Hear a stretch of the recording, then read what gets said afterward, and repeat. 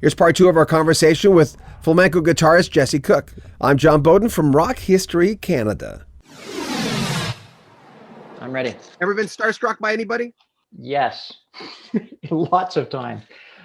Peter Gabriel, Paco de Lucia. What was Peter Gabriel like? He was my hero.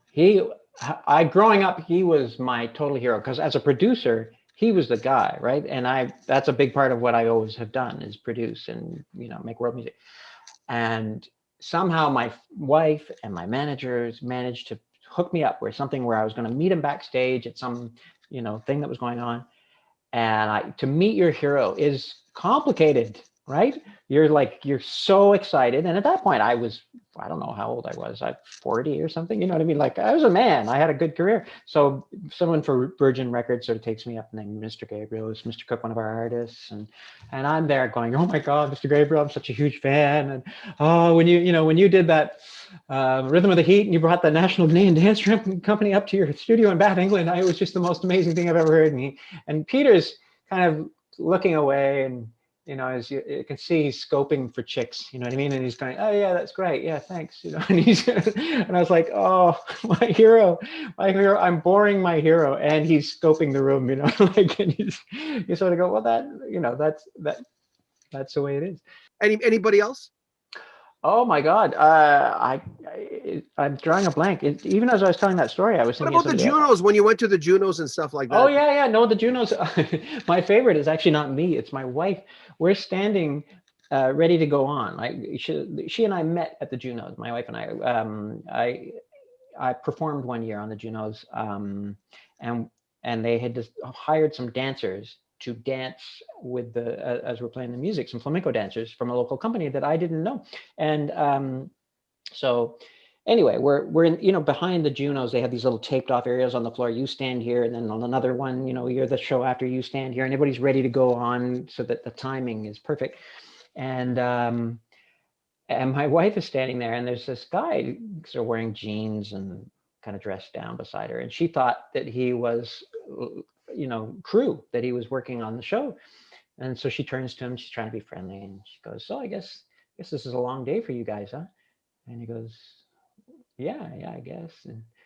And she's like, yeah. So does it is it like how many hours after the show's finished do you stay? And she's having the whole conversation with him, and then of course he goes on, and it's Corey Hart. He's like, oh my God! he's the next presenter, right? She's like standing there and realizes I was. But and then I didn't recognize you without the sunglasses. I know. At the same Junos, I'm sitting in my seat during the actual performance, right? Like not when after we perform, you get into your seat. I'm sitting there, and there's this beautiful woman beside me. My wife wasn't my wife at that point. I'm single, right? Beautiful woman sitting beside me, and I'm like, wow, she's really cute, And I turn to my manager and I go, wow, she's really cute, I wonder if she might be a fan. And my manager turns to me and goes, that's Shania Twain, you dweeb.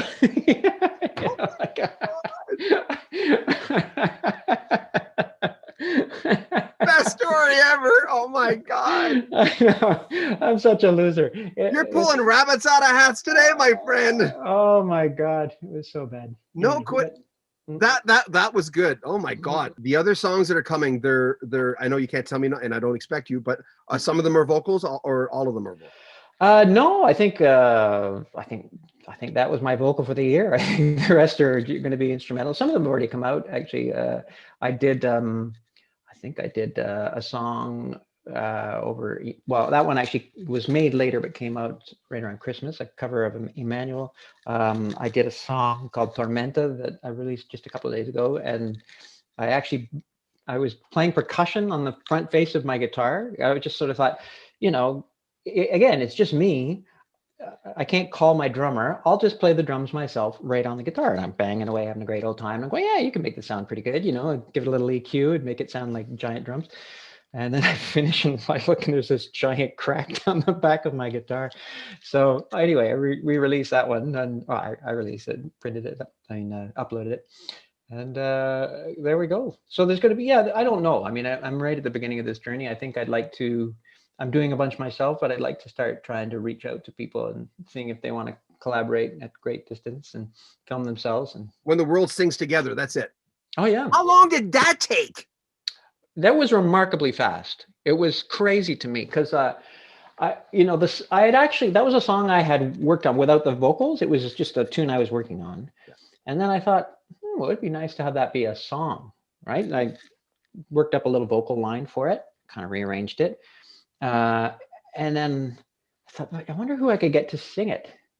And then I'm thinking, I'm sitting there, and this is in the beginning of COVID, and I'm going, well, I'd love to have a choir sing it, I mean, not just one person. I like to feel like the whole world singing. And then I kind of went, wait a minute, this is the age of social media. Let me just ask my fans. And I didn't think, I thought maybe 5 people would take me up on it, because it's intimidating you ask people, you say, hey, listen, do you want to sing and be in my video? Just take your phone, hold it up and sing this with me, right? So I gave them the melody.